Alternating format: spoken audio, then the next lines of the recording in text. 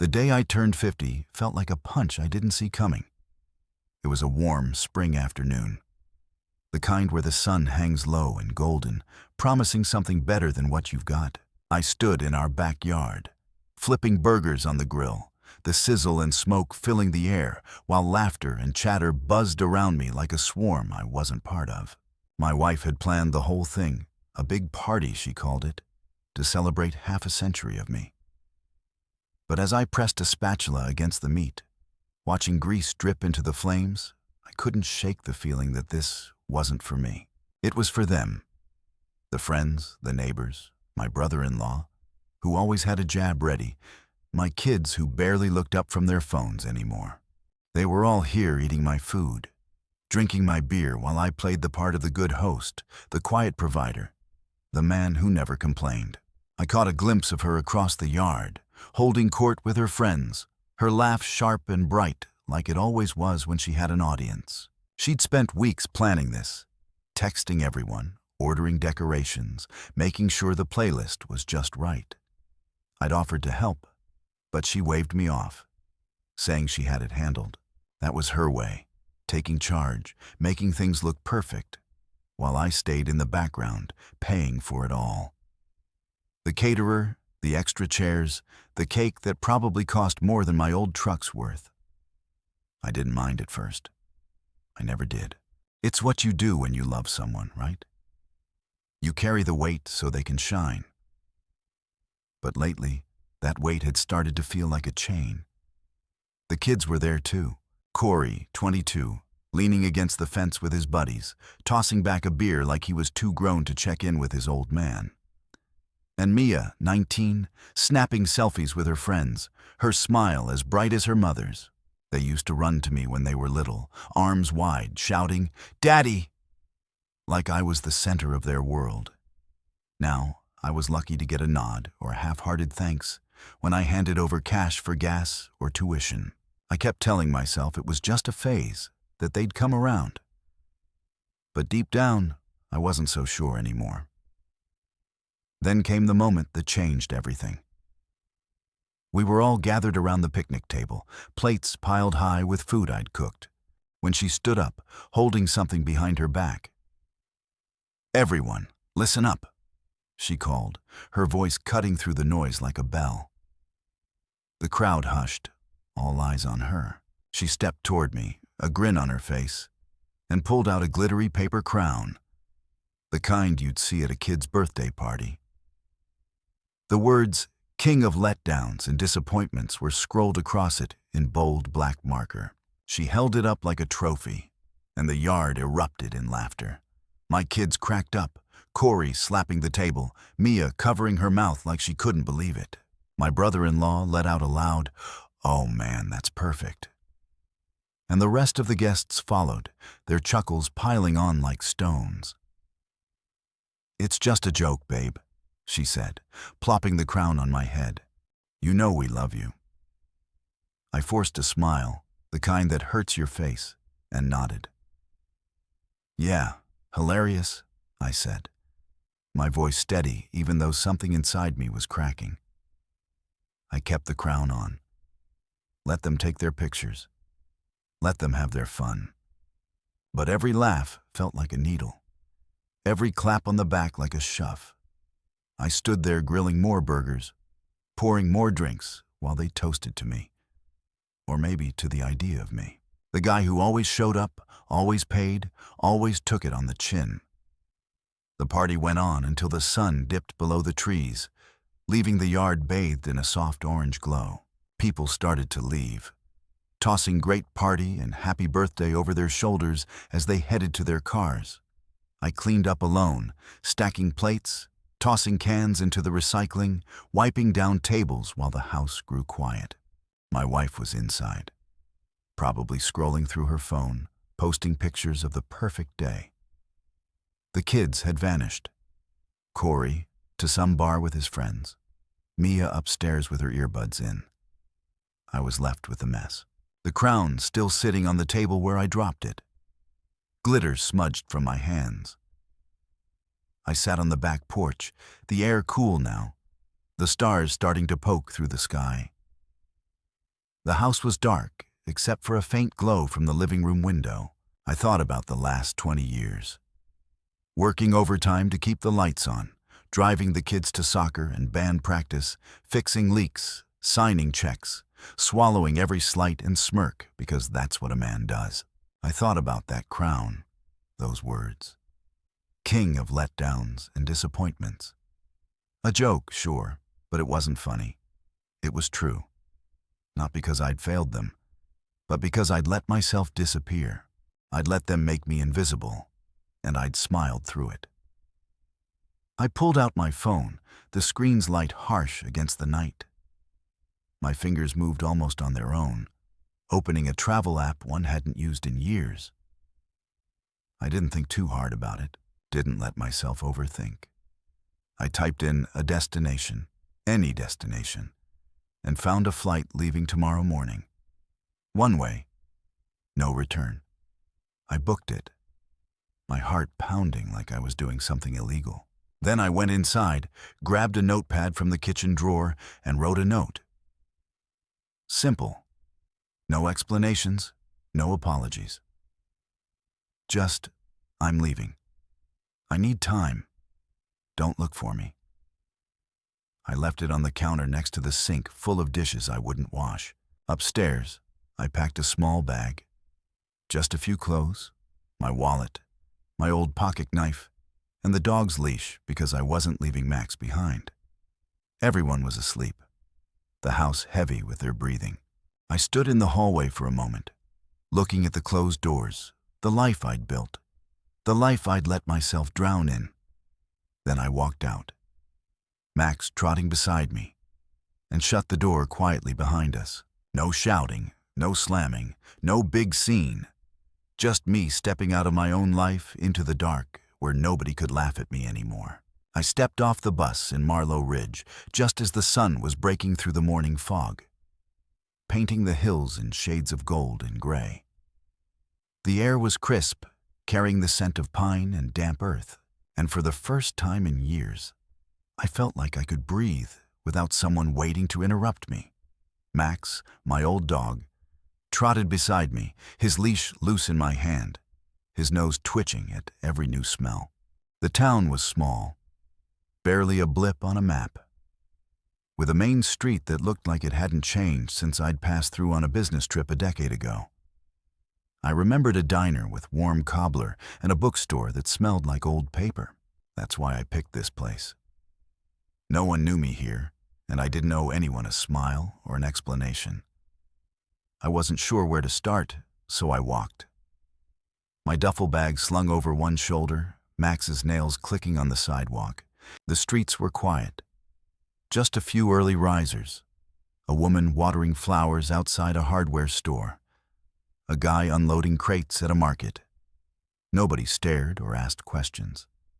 And that alone felt like a gift. Back home, every move I made came with someone's opinion. My wife's voice telling me I was doing it wrong. My kids rolling their eyes.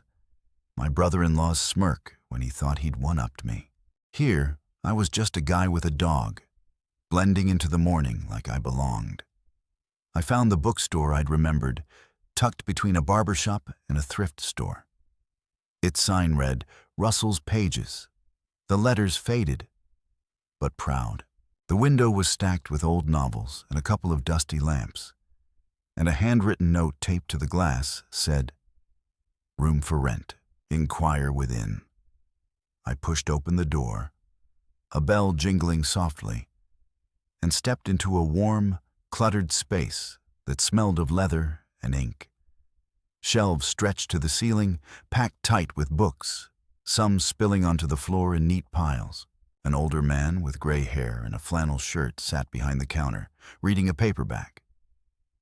He looked up, nodded once, and went back to his book, like I wasn't worth a second thought. I like that. I cleared my throat. Saw your sign about the room. He marked his page, set the book down, and sized me up. Not suspicious, just curious in a quiet way. Name's Russell, he said, standing to shake my hand. His grip was firm, his eyes steady. I told him I was looking for a place to stay, maybe for a while, and that I had a dog who wouldn't cause trouble. Max wagged his tail like he was backing me up. Russell didn't ask for a life story, didn't pry about why a guy my age was showing up with just a bag and AM. He just nodded and said, "Rooms upstairs. Small but clean. 100 a week. Cash up front. Dog's fine as long as he doesn't chew my books." I handed over the money, and that was that. No forms, no questions. Just a key and a chance to start over.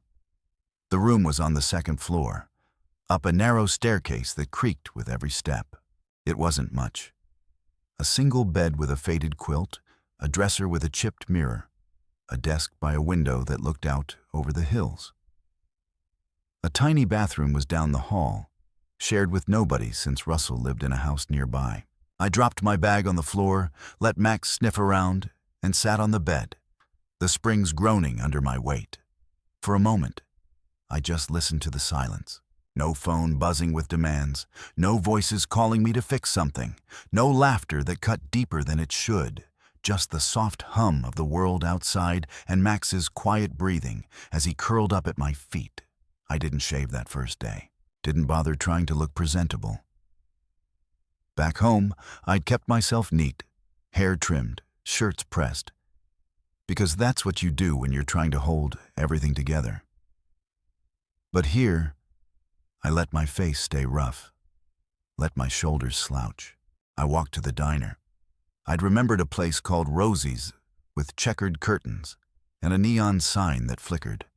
The cobbler was as good as I'd recalled, warm and sweet, the crust flaky under my fork. I ate slowly, watching the locals, loggers, and worn jackets. A couple of retirees arguing about baseball. A waitress who called everyone Han without sounding fake. Nobody knew I'd walked away from my life, and I didn't feel the need to tell them. That night, I pulled a notebook from my bag when I'd grabbed on impulse before leaving. It was blank, just waiting for something to fill it. I sat at the desk, the lamp casting a soft glow, and started writing. Not a letter, not a plan, just everything. The years of working double shifts so we could afford the house. The times I'd stayed up late fixing Corey's bike or Mia's laptop because they needed them for school. The vacations I'd paid for but barely enjoyed. Always on edge, making sure everyone else was happy. The birthday crown, those words, king of letdowns and disappointments, burned into my mind like a brand. I wrote about the silence, too. The kind I'd swallowed every time someone dismissed me, mocked me, took me for granted. Page after page, the words came messy and raw. Like I was emptying a drawer I'd kept locked too long. I didn't sleep much that first week. But it wasn't because I was restless. It was because I was awake, really awake for the first time in years.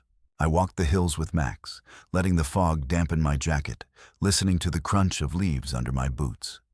I'd stop at the diner for coffee, nod to Russell when I passed him in the shop, read whatever book I pulled off his shelves. I started to notice things. The way the light hit the mountains at dawn. The way Max's ears perked when he heard a squirrel. The way my hands didn't shake anymore when I poured my coffee. I wasn't running from my life. Not exactly. I was finding one I'd forgotten I could have. By the 7th day, I'd filled half the notebook. My handwriting tighter, sharper, like I was carving out something solid. I didn't know what I'd do with it. Maybe burn it. Maybe keep it. But it felt like proof. Proof I'd been there. Proof I carried more than anyone saw. Proof I wasn't the failure they'd laughed about. I sealed it in a drawer, locked it with the key Russell gave me, and let it sit. For now, I was here in this quiet town with a dog who didn't care about my mistakes, and a room that didn't ask me to be anyone but myself. And that was enough. The morning light filtered through the thin curtains of my room above the bookstore, casting soft shadows on the worn wooden floor. I was sitting at the desk, a mug of coffee gone cold in my hand, staring out at the hills when my phone buzzed. A rare sound since I'd arrived in Marlow Rich. I'd kept it on mostly for emergencies, not expecting anyone to reach out. But the name on the screen caught me off guard. Dave, an old colleague from the office I hadn't spoken to in years. His message was short, just a few words that hit like a stone. Did you see what she posted? I didn't need to ask who he met. My stomach tightened, not out of fear, but out of something heavier. Curiosity mixed with dread. I hadn't looked at anything from back home since I left. Hadn't wanted to. But now, sitting in this quiet space I'd started to call mine, I felt a pull to know. I didn't have my old accounts anymore. Deleted them the night I booked the bus ticket, wanting a clean break. But I wasn't stupid. I knew how easy it was to see things without leaving a trace. I grabbed my laptop, an old one I'd brought along, and set up a burner account. Just a random name and no picture. It took less than a minute to find her profile, the one she updated religiously with photos of vacations I'd paid for and dinners I'd cooked. There it was, pinned at the top, a post from a few days ago. Her words were bold, dramatic, like she was auditioning for a role. If anyone sees my husband, please tell him we're sorry. We miss him. We didn't realize what we had below it. A picture of us from last Christmas. Me in the background carrying a tray of food. Her and the kids smiling front and center. I stared at it, my chest tight. Not because I missed them, but because I saw it for what it was. A performance. I scrolled through the comments, each one a little stab. People I hadn't talked to in years were chiming in, their sympathy dripping like syrup. He always seemed so kind, one wrote, as if they'd ever bothered to know me. You never know what someone's going through. Another added, like I was some mystery they just discovered. Then I saw my brother-in-law's name, his words standing out like a billboard. He's a good man. We messed up. I leaned back in the chair, letting out a slow breath. Good man. Funny how he never said that when he was laughing at my expense, borrowing my tools without asking, or poking fun at my job like it was beneath him. I kept reading, watching the likes pile up, the shares spreading her plea like wildfire. It wasn't an apology. It was a spotlight, and she was basking in it. I closed the laptop, my hands steady, but my mind racing. Part of me wanted to type something back to call it out for what it was. Her way of making herself the victim while I stayed the ghost. But I didn't. I'd spent 20 years reacting, fixing, smoothing things over. This time, I'd let them sit in it. I got up, clipped Max's leash on, and headed out for a walk, needing the air to clear my head. The town was waking up, shopkeepers flipping signs to open, a delivery truck rumbling down the street. I passed Rosie's diner, the smell of bacon drifting out. But I kept going, my boots crunching on the gravel path that led into the hills. Max trotted ahead, chasing a leaf that skittered in the breeze, and I envied how easy it was for him to just exist. As I walked, I thought about that post, those comments, the way they all acted like they'd lost something precious. I wasn't blind. I knew they missed the things I did, the bills I paid, the problems I solved. But me, the guy who'd sat through their jokes, who'd stayed up late balancing the checkbook, who'd worn that stupid crown and laughed it off. They didn't know him. They didn't want to. I stopped at a clearing, the valley stretching out below, fog still clinging to the trees like a blanket. I sat on a rock, Max flopping down beside me, and pulled out the notebook I'd been writing in since I got here. It was becoming a habit, putting it all down. Every slight, every sacrifice, every moment I'd let slide because I thought that's what love meant. I wrote about the post, about how it wasn't regret, but exposure. They weren't sorry. They were caught scrambling to look good now that I wasn't there to hold it together. I wrote about the Christmas picture, how I'd been in the background my whole life, serving, waiting, hoping someone would notice. I filled pages, my pen digging into the paper until my hand cramped and the words blurred. It wasn't anger driving me. Not exactly. It was clarity, sharp and cold like the mountain air. I didn't need their apologies. I needed to keep seeing things as they were, not as I'd wished them to be. When I got back to the bookstore, Russell was sweeping the front steps, his broom scraping softly against the stone. He glanced up, gave a nod, and went back to work. I liked that about him. No small talk, no need to fill the silence. I climbed the stairs to my room, Max trailing behind, and sat at the desk again. I opened the laptop, looked at her post one more time. The comments had grown, more people piling on with their pity, their guesses about where I'd gone. I didn't read them all. I didn't need to. I logged out, shut the screen, and leaned back, the chair creaking under me. I thought about replying not to her, not to them, but to myself.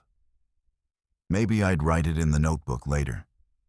Something to mark this moment, to say I'd seen their game and chosen not to play. But for now, I let it go.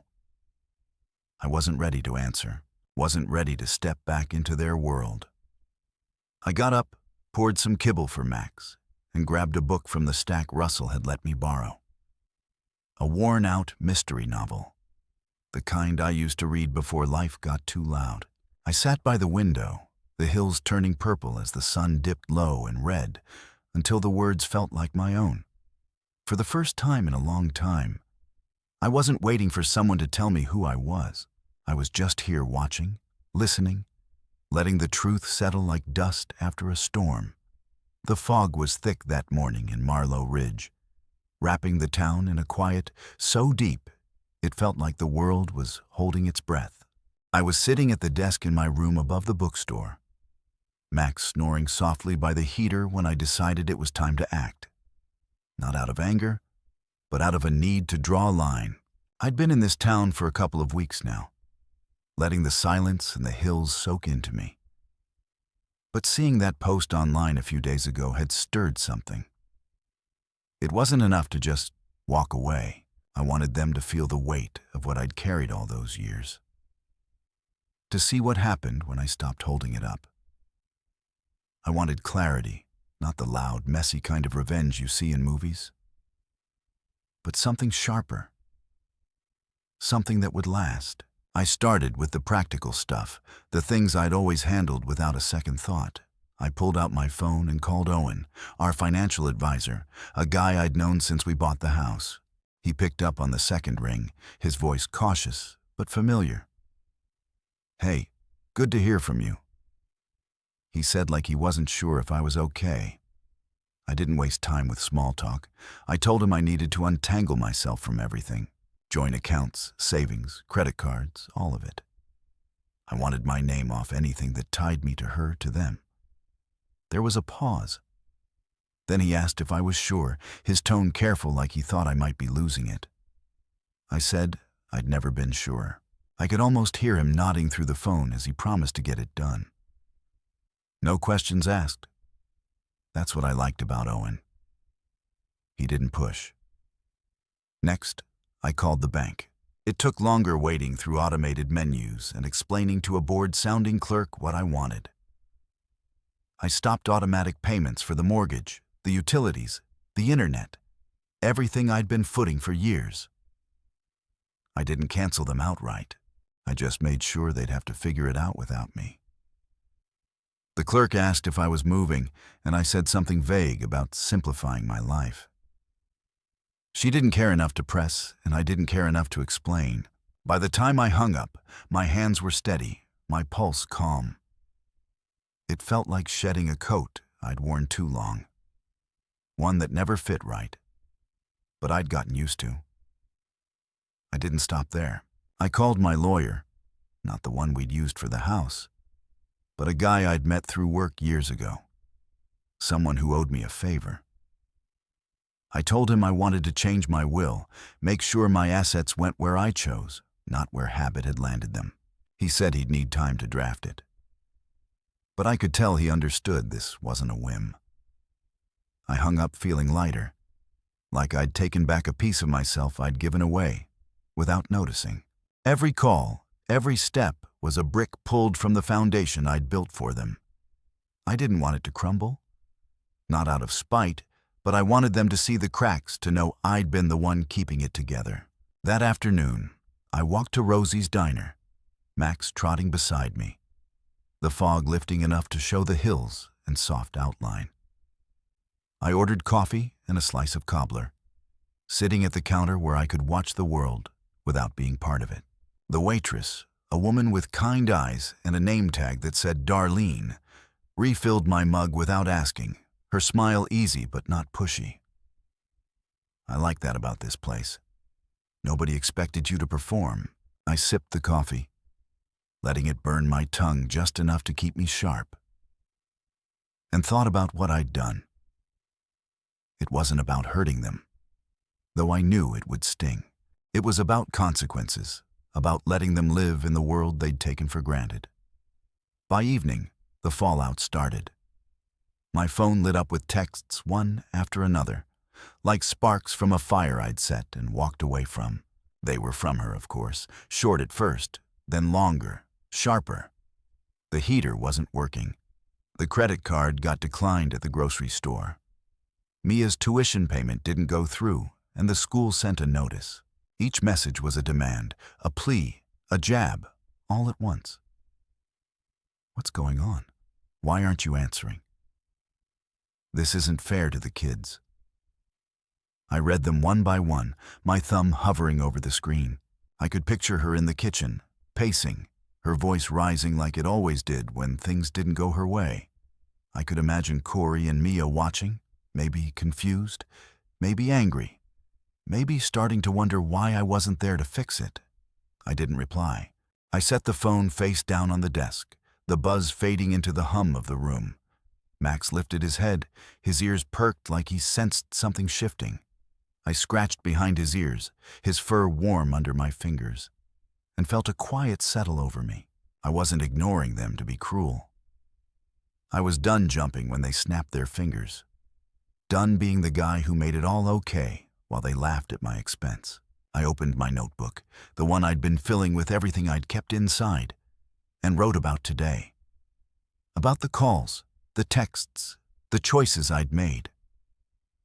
I wrote about how it felt to say no, not with words, but with action. It wasn't loud or dramatic, but it was mine. Later, I walked downstairs to the bookstore where Russell was sorting a box of old paperbacks.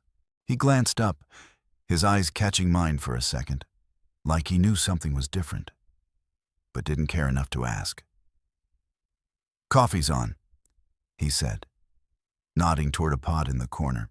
I poured a cup, the steam curling in the cool air, and stood by the window, watching the streetlights flicker on. The town was quiet. Just a few cars rolling by, their headlights cutting through the dusk. I thought about home, not the house I'd left, but the life I'd let myself lose. I'd spent years thinking love meant giving everything, taking nothing, staying silent, but standing here with a coffee, I didn't know anyone in a town that didn't demand my name. I started to see it differently. I went back upstairs, Max following, his tail wagging like he approved of whatever I was doing. I sat at the desk again, the notebook open, the pen heavy in my hand. I didn't write this time, just stared at the pages, the words I poured out, the truth I'd finally let myself see. My phone buzzed again, another message I didn't read. I turned it off, set it in the drawer, and closed it tight. For now, I was done listening to their noise. I'd made my move, not to destroy, but to build something new, something true, something that didn't ask me to disappear. I was sitting on the steps outside Roz's diner, the morning air cool and sharp. When the envelope arrived, Max was sprawled beside me, his head resting on my knee while I sipped coffee from a chipped mug, watching the town wake up. A delivery truck rattled past, and a couple of kids biked down the street, their laughter fading into the hills. I'd started to find a rhythm here in Marlow Ridge. Coffee at the diner, walks with Max, evenings scribbling in my notebook. But that rhythm broke when Russell shuffled up, holding a plain white envelope with my name scrolled on it. He handed it over without a word, just a quick nod, and headed back to the bookstore. I turned it over, saw the return address, a law firm from back home, and felt my stomach twist. I knew what this was before I opened it. I slid my thumb under the flap, careful not to tear it, and pulled out a single sheet of paper. The words were cold, formal, like they'd been written by someone who didn't know me. My wife was filing for separation, claiming emotional abandonment, demanding alimony. She said I contributed nothing for years, that I'd left her and the kids with no support, no warning. I read it twice, not because I didn't understand, but because the absurdity of it hit me like a bad joke. Nothing. 20 years of paychecks, late nights, and quiet sacrifices, and she called it nothing. I let out a laugh, sharp, bitter, the kind that surprises you. And Max lifted his head. His ears perked like he was waiting for an explanation. I didn't have one. Not for him or myself. I tucked the letter into my jacket and walked back to the bookstore, my boots heavy on the pavement. The hills were turning gold under the rising sun, but I barely noticed. My mind was spinning, not with anger, though there was plenty of that, but with a kind of clarity I hadn't expected. This wasn't just her trying to hurt me. It was her rewriting the story, painting herself as the victim and me as the villain who'd walked away for no reason. I climbed the stairs to my room, Max trailing behind, and sat at the desk, the envelope staring up at me like a challenge. I could have called her, shouted, demanded she explain how she could lie like that. But I'd spent enough years raising my voice just to be ignored. This time, I'd answer differently.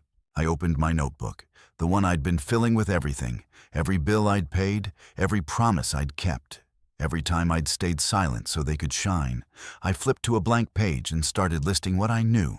Tax returns, showing my income covering the mortgage, the cars, the kids' tuition, receipts for her mother's medical bills I'd settled without a word.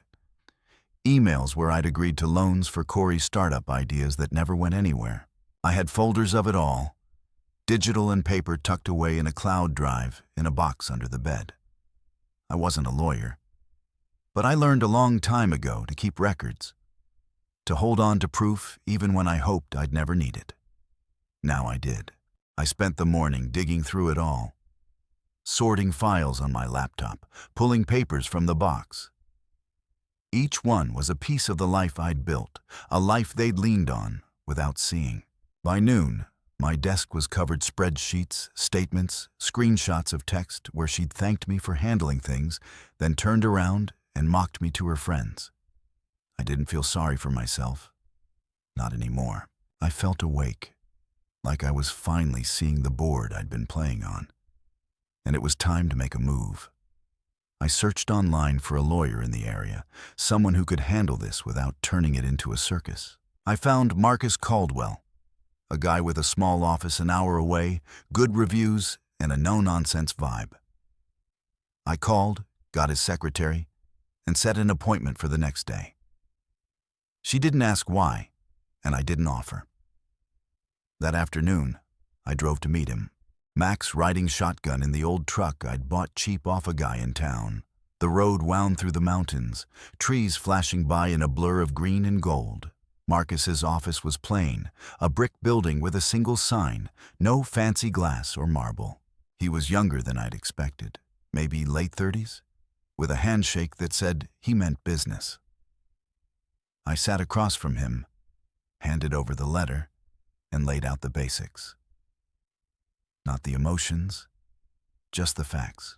I told him about the marriage, the kids, the money, the way I'd left. I didn't sugarcoat it, didn't pretend I was a saint. He listened, jotting notes. His face calm but focused, like he was piecing together a puzzle.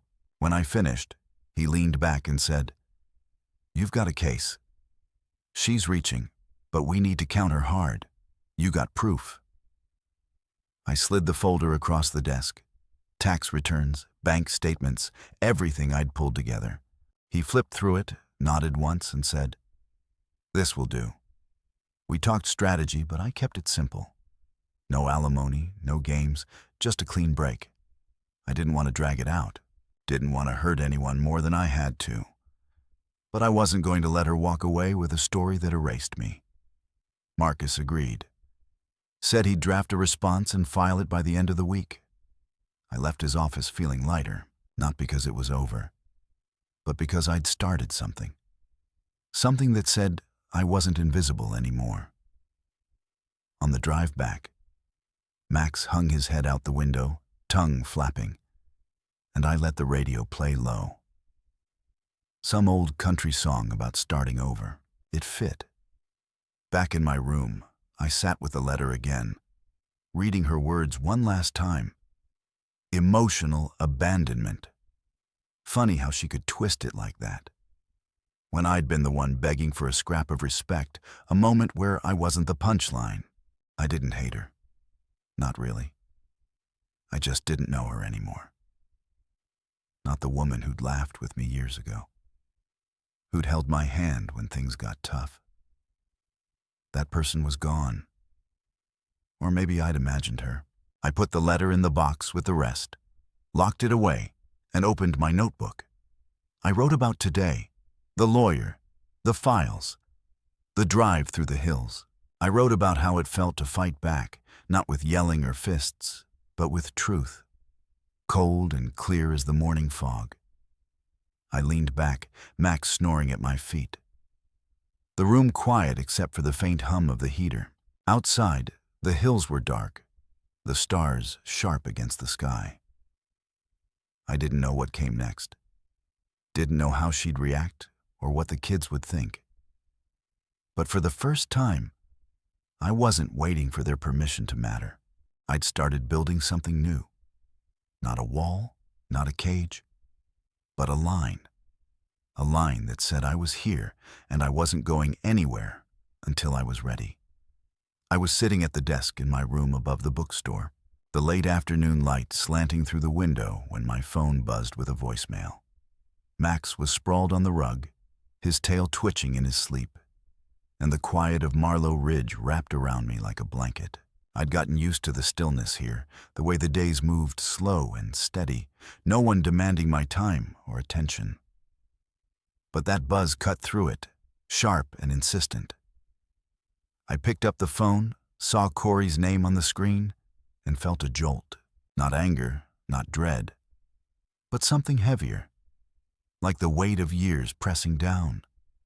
My son, the one who'd called me old-fashioned last summer, who'd brushed off my advice like it was dust, had left a message. I stared at the notification for a long moment, my thumb hovering before I pressed play.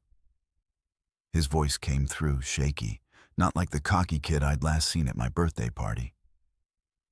"Dad, it's me. Things are bad here. Mom's losing it, yelling all the time. Zeke moved in, and they fight every day loud, like they don't care who hears. The house is falling apart. The Wi-Fi's gone. The fridge is half empty. I think I understand now. I didn't see it before. I'm sorry." The message ended abruptly, like he'd run out of words or courage. I sat there, the phone still in my hand, and played it again. Then a third time. Each word landed like a stone, not because I was surprised, but because it was him, my boy, the one I'd carried on my shoulders, taught to throw a ball, driven to every practice. Even when he stopped saying thanks, my hands trembled, not from rage, but from something deeper, something I couldn't name. I set the phone down and leaned back, the chair creaking under me. The room felt smaller, the air thicker, like the past was crowding in. I thought about Corey, 22 now, trying to hold things together in a house I'd walked away from. I pictured her, his mother, pacing the kitchen, her voice sharp like it got when she was cornered. And Zeke, my brother-in-law, crashing on their couch, or worse, stirring up trouble like he always did. The Wi-Fi, the fridge. It wasn't about the money. Not really. It was about the life I'd propped up. The one they had leaned on without noticing until it was gone. I'd stopped the payments, pulled my name from the accounts, not to hurt them, but to let them feel it. The weight I'd carried alone. Now they were feeling it. And Corey's voice told me he was starting to see. I got up, clipped Max's leash on, and headed out, needing to move to let the hills pull me out of my head. The town was quiet. Shops closing up, the sky turning pink at the edges. I walked past Roz's diner, the neon sign flickering, and kept going toward the gravel path that wounded to the trees. Max trotted ahead, sniffing at roots and rocks, his ears flopping like he didn't have a care in the world. I envied that. My mind kept circling back to the voicemail, to Corey's words. I didn't see it before. I'm sorry. I wanted to believe him, wanted to think he meant it. But I'd heard apologies before. They were easy to say, harder to live. I'd spent years accepting them, fixing things, moving on. This time, I wasn't sure I could. I stopped at a clearing, the valley stretching out below, the fog settling like a soft veil. I sat on a stump, Max flopping beside me, and pulled out my notebook. It was always with me now, a place to put the things I couldn't say out loud. I wrote about the call, about Corey's voice, the way it cracked like he was carrying more than he knew how to hold. I wrote about the house, how I could picture it falling apart, not the walls or the roof, but the idea of it, the home I tried to build. I wrote about Zeke, his fights with her, how I wasn't surprised he'd swooped in, always sniffing around when things got tough. And I wrote about me, what it meant to hear my son say he understood, even if I wasn't ready to trust it. The pen moved fast, the words spilling out, messy, but true. I didn't know what to do with them, didn't know if I'd ever show anyone. But they were mine. Proof I was here, feeling it all. When I finished, my hand ached and the light was fading, the hills turning purple under the dusk. I closed the notebook, tucked it away, and started back to town, Max's leash loose in my hand. The walk cleared my head, but it didn't answer the question circling me. What now? I could call him back, tell him I heard him, maybe even explain why I left. But I wasn't ready. Not because I didn't care, but because I cared too much. I needed to know this wasn't just a moment, a reflex, because things were hard. Back in my room, I sat at the desk, the lamp casting a warm glow over the wood. Max curled up by the heater, his snores filling the quiet. I picked up the phone, listened to the voicemail one more time, letting Corey's words sink in. Then I opened a new message and typed, "I'm okay. I'm listening." I hit send before I could second-guess it. Set the phone down and leaned back. It wasn't a promise, wasn't a fix. It was just a door cracked open enough to let him know I hadn't shut him out. I didn't know if he'd write back, didn't know if he'd call again, but for now, it was enough. I opened my notebook again, not to write, but to read what I'd put down since I got here. All the pieces of a life I was starting to understand. The sacrifices, the silence, the crown they'd laughed about. It was all there, not as a weight anymore, but as a map, showing me where I'd been and why I'd left. I closed it, locked it in the drawer, and got up to make some tea. The kettle's hum blending with the night. Outside, the stars were bright, the hills dark and steady. I stood by the window, cup warm in my hands, and felt something shift. Not peace, Not yet, but a kind of strength. Quiet and sure. I'd answered Corey, not because he'd asked, but because I chose to. And that choice, small as it was, felt like mine in a way nothing had for years. I was outside Rosie's diner, tossing a stick for Max in the gravel lot, when I heard the crunch of tires pulling in. The air was damp, a light rain spitting from the gray sky, and I figured it was just another local grabbing coffee or late lunch. Max bounded after the stick, his tail wagging like he hadn't a care, and I was about to call him back when I saw her. Mia, my daughter, stepping out of a beat-up sedan I didn't recognize. She stood there, hoodie soaked, hands stuffed in her pockets, looking smaller than I remembered. My heart caught, not in a soft way, but like a gear slipping, jarring me out of the quiet I'd built here in Marlow Rich. I hadn't expected her, hadn't expected anyone. And the sight of her standing by that truck hit me harder than I was ready for. I walked over, Max trotting beside me, his ears perked at the new arrival.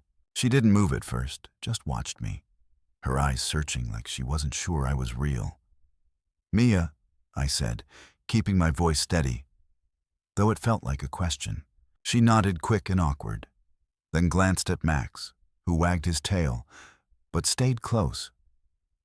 "I didn't tell Mom," she said, her words rushing out. "I just needed to see you." There was no script for this, no plan in my head for what to say to my 19-year-old daughter showing up unannounced after I'd left without a goodbye. I nodded toward the diner. "Come on, let's get out of the rain." We walked up the steps to my room above the bookstore, Max leading the way, his nails clicking on the wood. The place felt smaller with her in it. Books stacked high on the desk, a half-done puzzle on the table, a mug I hadn't washed sitting by the sink. She looked around, not judging, just taking it in, her eyes lingering on the view of the hills through the window. I grabbed a towel from the bathroom, handed it to her, and she dried her hair.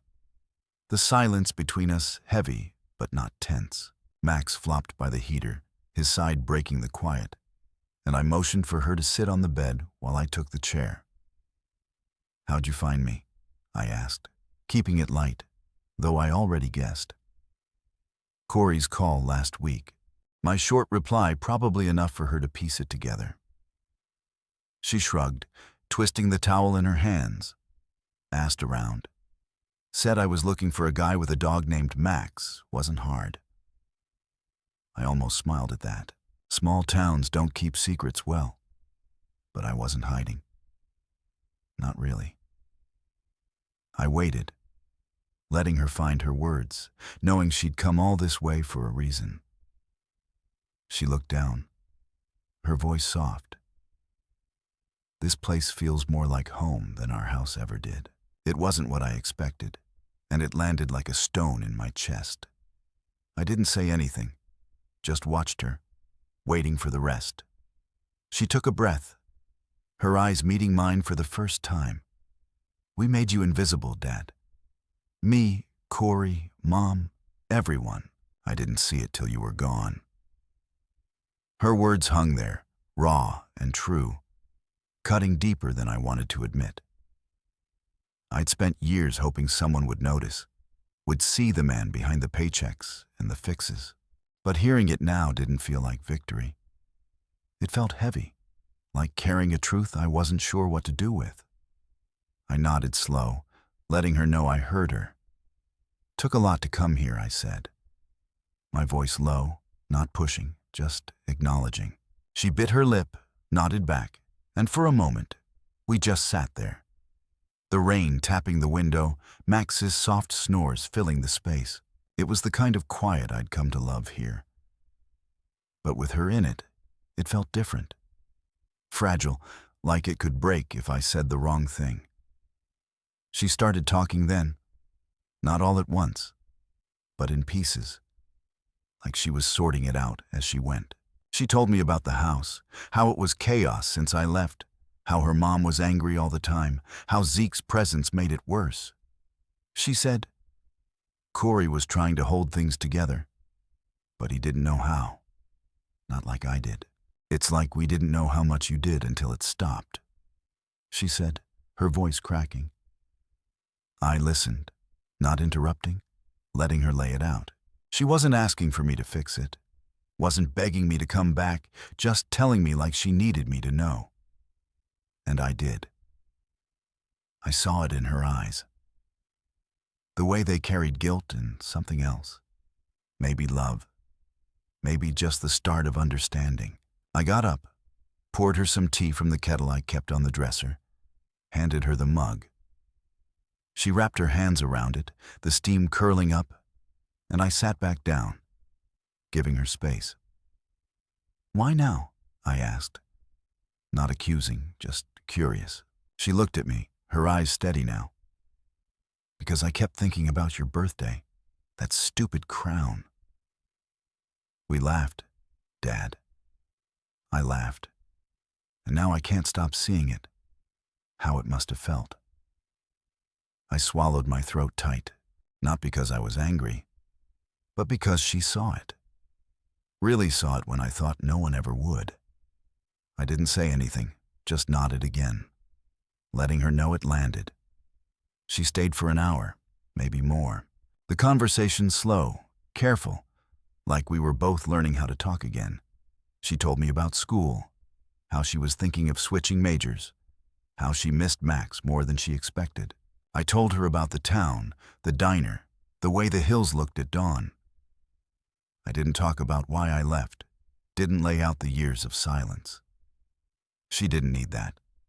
Not now. When she stood to leave, the rain had stopped, the sky clearing to a soft gray.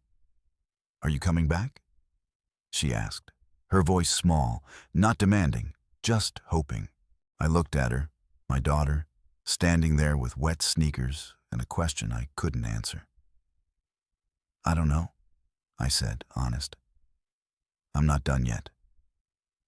She nodded like she understood, or at least wanted to.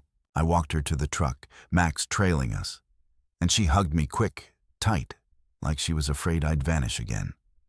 I hugged her back, feeling her shoulders so much like her mother's, but softer, younger. She climbed into the sedan, waved once, and drove off, the tires crunching on the gravel. I stood there, Max at my side, watching until the tail lights disappeared around the bend. The air was cool, the hills quiet, but inside me, something stirred. Not peace, not pain, but a crack in the wall I built. I went back upstairs, opened my notebook, and wrote it all down. Her words, her eyes, the way it felt to hear I wasn't invisible to her. Not anymore. I locked it away, turned off the lamp, and sat by the window, the stars sharp against the night, knowing I wasn't ready to go back. But maybe, just maybe, I was starting to heal. I stood in the courtroom, the air heavy with the smell of polished wood and stale coffee, my old tie pulling tight against my throat. It was 3 months since I'd left home, and Marlow Ridge had started to feel like a place I could stay. But today, I was back in the city, facing the life I'd walked away from. The judge's bench loomed at the front, a flag hanging limp beside it, and the room buzzed with low voices, lawyers shuffling papers, a clerk typing, people shifting in their seats. I adjusted my jacket, the one I pressed last night in my motel room, and glanced at Marcus, my lawyer, who sat beside me, calm as ever, his briefcase open with files neatly stacked. Across the aisle, she sat, dressed in black like she was at a funeral, her eyes fixed forward, avoiding mine. I didn't look long, just enough to know she was playing a part, same as always. The hearing was for the separation, the alimony she demanded, the claims she'd made about me abandoning her and the kids. I wasn't nervous. Not the way I thought I'd be. Maybe it was the months of quiet and Marlow Ridge, the walks with Max, the notebook where I'd written it all down.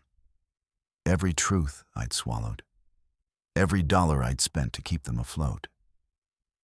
I'd handed Marcus everything, bank statements, tax returns, receipts, even screenshots of texts where she dismissed me while asking for more. He nodded when I gave him the folder, said it was enough to bury her case. But I didn't want to bury her. I just wanted out clean and fair with the truth laid bare for once. The judge called us to order. A woman with gray hair and a voice that cut through the room like a knife. She didn't waste time asking her lawyer to start.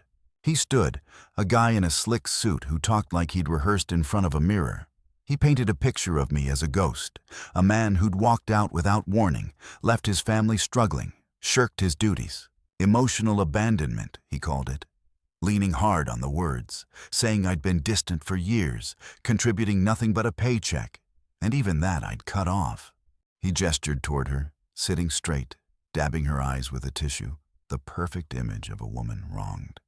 I watched the judge, her face unreadable, and wondered how many times she'd seen this act before. When it was Marcus's turn, he didn't raise his voice or pace like some courtroom showman. He stood, buttoned his jacket, and started laying it out piece by piece, like he was building a house no one could knock down.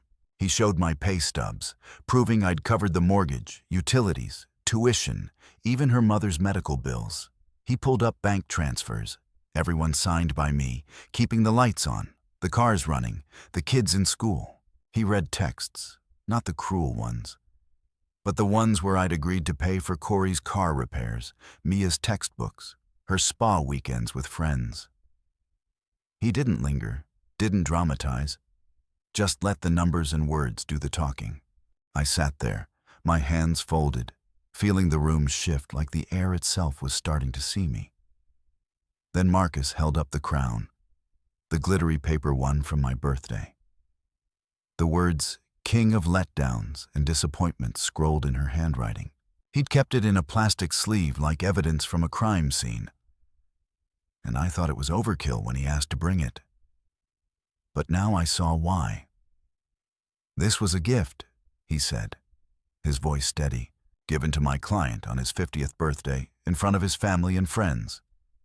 A joke, they called it. But it speaks to the environment he lived in. A man who provided everything yet was mocked for it. He paused, letting the judge take it in, letting the room feel the weight. My client didn't abandon his family. He stopped performing in a circus where he was the clown everyone laughed at. The courtroom went still. Not a cough or a shuffle, just silence thick enough to choke on. I didn't look at her, didn't need to. I could feel her stiffen across the aisle, the tissue forgotten in her hand.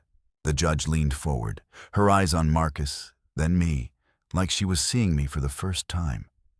I kept my face blank, not smug or angry, just there, letting the truth stand on its own. Marcus sat down, his job done, and I felt something loosen in my chest.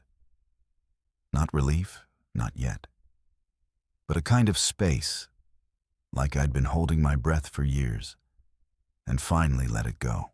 Her lawyer tried to push back, stammering about emotional neglect, about how money wasn't love. But it sounded weak, like he knew the ground was slipping. The judge cut him off, asked a few questions, sharp, direct, about timelines and accounts. Marcus answered with dates and numbers, everyone backed by the folder I'd given him. She didn't have much to say, just nodded when her lawyer whispered to her, her face tight. No more tears. The judge took it all in, her pen scratching notes, and then she called a recess, saying she'd rule after lunch. We filed out, Marcus clapping my shoulder, saying we'd done well. I nodded, not trusting my voice, and stepped outside for air. The city felt loud, cars honking, people rushing past. Nothing like the quiet of Marlow Rich. I leaned against a bench, the cool metal grounding me, and thought about that crown, those words, how they laughed. Marcus was right. It wasn't just a joke. It was a window into everything I'd let slide, everything I'd thought was normal. I didn't feel sorry for myself, not anymore. I felt awake, like I'd finally stopped apologizing for existing. When we went back in, the judge didn't drag it out. She ruled no alimony. Property split 70-30 in my favor. Her claims dismissed. She didn't lecture, didn't linger, just gave her decision, moved on like it was obvious. I walked out, Marcus beside me. The courthouse doors swinging shut behind us. The sky was gray, a light drizzle starting, but I didn't mind. I thanked him, shook his hand, and headed to my truck, the one I'd driven from Marlow Ridge. Inside, I sat for a minute. The keys cold in my hand, the folder of papers on the seat beside me. I didn't feel like celebrating, didn't feel like crying, just felt done. Like I'd closed a book I'd been stuck in too long. I started the engine, the rumble steady under me, and drove back to the hills. To Max, to the life I was building, one where I didn't have to prove I was enough. The road stretched out, the city fading in the rear view. And for the first time, I didn't look back. I was standing outside the courthouse, the drizzle soaking into my jacket when she caught up to me. The ruling had just come down, no alimony, most of the property in my favor. Her claims tossed out like yesterday's news. I'd walked out feeling lighter, not because I'd won, but because it was over or close to it. The city hummed around me, cars sloshing through wet streets, people ducking under umbrellas. But I was already thinking of Marlow Ridge, of Max waiting for me, of the quiet I'd carved out there. Then I heard her voice sharp and close, cutting through the noise. "You made me look like the villain." I turned, and there she was, standing a few feet away, her black dress damp, her face tight with something that wasn't quite anger, more like desperation, like she'd lost control of the story she'd been telling herself. I met her eyes, really looked at her for the first time in years. Not the woman I'd married, not the one I laughed with in our 20s, but the one standing here now, blaming me for the mirror markers held up in that courtroom. "You didn't need help with that," I said, my voice low. Not cruel, just true. She flinched like I'd slapped her. And for a second, I thought she'd argue, yell, do what she always did when things didn't go her way. But she just stood there, rain streaking her makeup, her hands clenched at her sides. I didn't wait for more. I turned and walked to my truck, the keys heavy in my pocket, leaving her in the wet city I was done with. The drive back to Marlow Ridge took hours, the road winding through hills that turned gold under the clearing sky. I didn't play the radio. Didn't need it. Just let the hum of the engine and the rhythm of the wipers fill the space. I thought about her words, how she tried to flip it, make it my fault she'd come out looking small. I didn't hate her, didn't even want her to hurt. Not really. I just wanted her to see it, to live with the truth of what she'd done, what they'd all done, laughing at me while I held everything together. By the time I pulled into town, the rain had stopped, and the hills glowed soft like they were welcoming me back. I got to the bookstore, climbed the stairs to my room, and found Max waiting, his tail thumping against the floor. I scratched his ears, let him lick my hand, and felt the weight of the day start to lift. I sat at the desk, opened my notebook, and wrote about it. The courthouse, her words, the way it felt to walk away without apologizing. I didn't linger on it, just put it down, locked the drawer, and moved on. That's what I was learning here. How to let things be. How to stop carrying what wasn't mine. A few days later, I got a text from Corey, short and practical, asking about his car payment. I'd been covering it for years. Ever since he got that beat-up sedan, he swore he'd fix up. I stared at the message, remembering his voicemail, the way he'd sounded like he was starting to get it. I didn't want to cut him off, not like I had with the house, but I needed him to step up. I wrote back, "Last payment's on me. Handle it from here." He replied quick, "Just, okay, I will. Thanks, Dad." No excuses, no whining. I leaned back, a small nod to myself. It wasn't much, but it was something. A sign he might be growing into the man I'd hoped he'd be. Mia called a week later, not asking for anything, just wanting to talk. I was outside Rosie's sipping coffee. Max sprawled in the sun when my phone rang. Her voice was lighter than when she'd shown up in the rain, like she was testing the waters, seeing if I'd still listen. She told me about school, a professor who annoyed her, a concert she'd gone to with friends. I listened, asked a few questions, let her fill the space. Then, out of nowhere, she said, "You know, Dad, you were never a letdown. You were the glue." I froze, the coffee halfway to my mouth, her words hitting like a wave I didn't see coming. I didn't say much, just a quiet thanks, kid. But inside, it was like something cracked open. Not enough to spill, but enough to let light in. I didn't cry, though.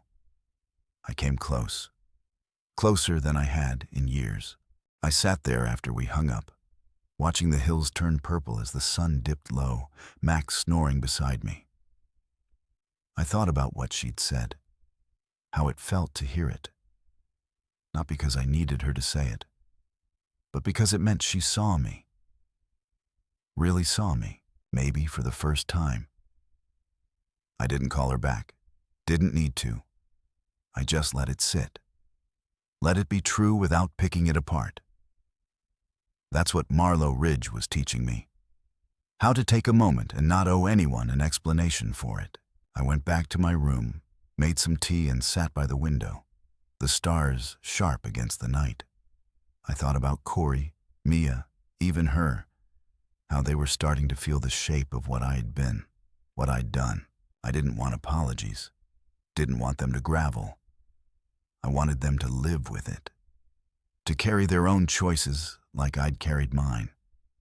I opened my notebook, not to write, but to read, flipping through pages of everything I'd put down since I got here. The crown, the silence, the years I'd thought were love, but were something else. It wasn't a story of failure anymore, not to me. It was a story of waking up, of choosing to matter. I locked the notebook away, turned off the lamp, and stood by the window a while longer. The hills were dark, the town quiet, just a few lights flickering in the distance. I thought about Mia's words again. You were the glue, and let them settle, not as a weight, but as a truth I could hold without breaking. I wasn't going back, not yet. Maybe not ever. But I wasn't running either. I was here in this small room with a dog who trusted me, and a life I was building piece by piece where I didn't have to prove I was enough. I climbed into bed, Max curling up at my feet, and for the first time in a long time, I slept without dreaming of the past. Just the hills, the stars, and a quiet that felt like mine. I was tinkering with an old radio in the back of the repair shop. The hum of Marlow Ridge's morning settling around me like a familiar song when I realized I'd stopped waiting for something to pull me back. It had been months since the courthouse, since I'd faced her and walked away, since Mia's words about me being the glue had cracked something open inside me. The shop smelled of solder and dust, a small space crammed with tools and half-fixed gadgets, and I liked it here. Like the focus it demanded, the way a broken thing could come alive again if you took the time to understand it. I'd started working for Gus, the owner, a gruff guy who didn't care about my past as long as I could strip a wire and keep the coffee pot full. It wasn't much, but it was mine, and that was enough. I live simple now. Morning started with a walk through the hills, Max trotting beside me, his nose low to catch every scent the fog carried. The air was sharp, the kind that woke you up without trying. And I'd watch the sun climb over the ridges, painting them gold before the town stirred. I'd stop at Rosie's for coffee, black and burnt just the way I liked it, and read a paperback from Russell's bookstore, the pages soft from years of hands. My room above the shop stayed the same, bed, desk, a stack of books, a puzzle I never seemed to finish.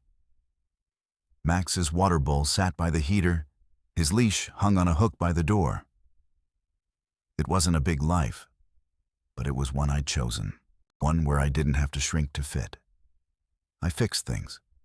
Radios, laptops, even a toaster once, though. Gus laughed when I brought it back to life. The work suited me.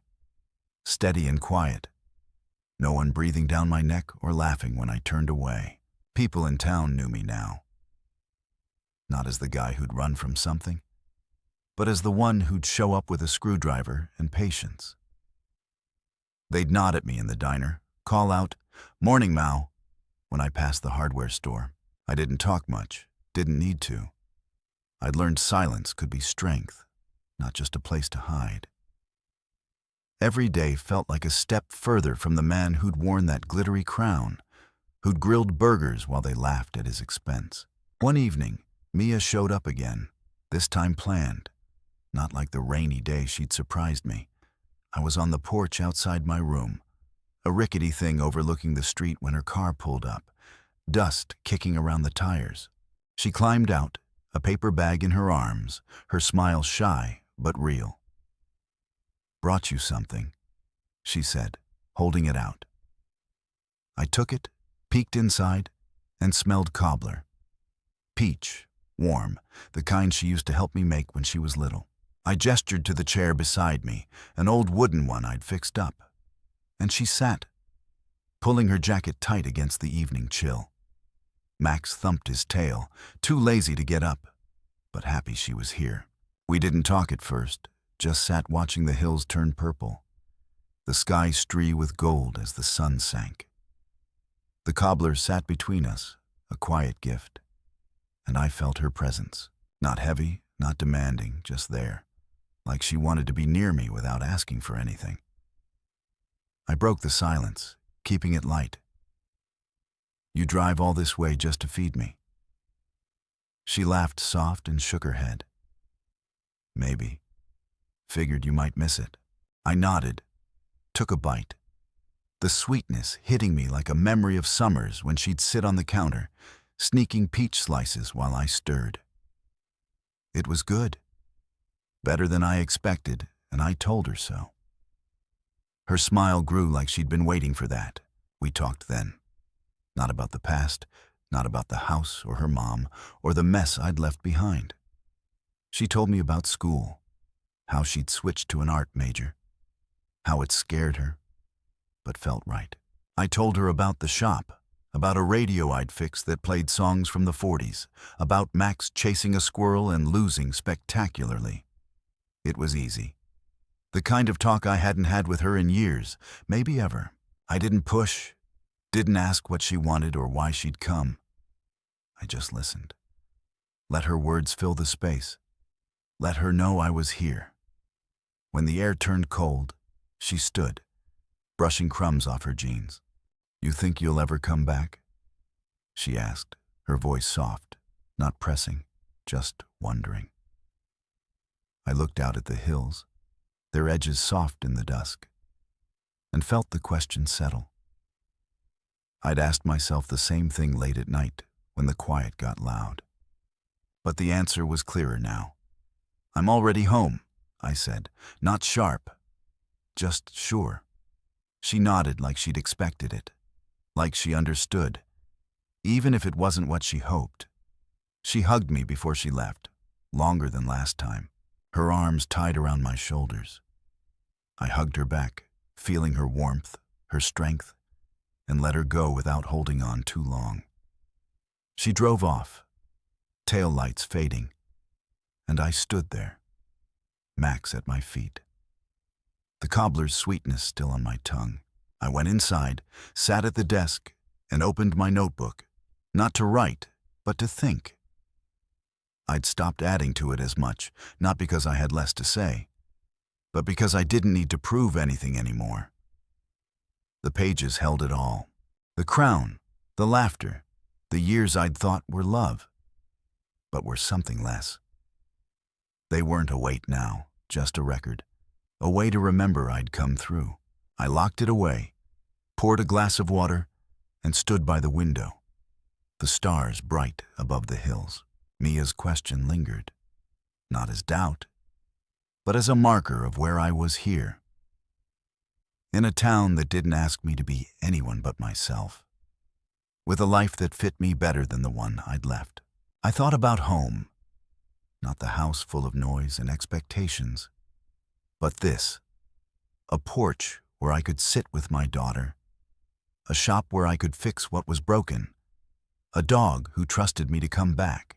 Home wasn't a place you owed someone, not a debt you paid with silence. It was a space where you mattered, where you could breathe without checking if someone approved. I'd found it here in the fog, in the hills, in the work, in the quiet. I didn't know what came next, didn't need to. I was here. And for the first time, that was enough.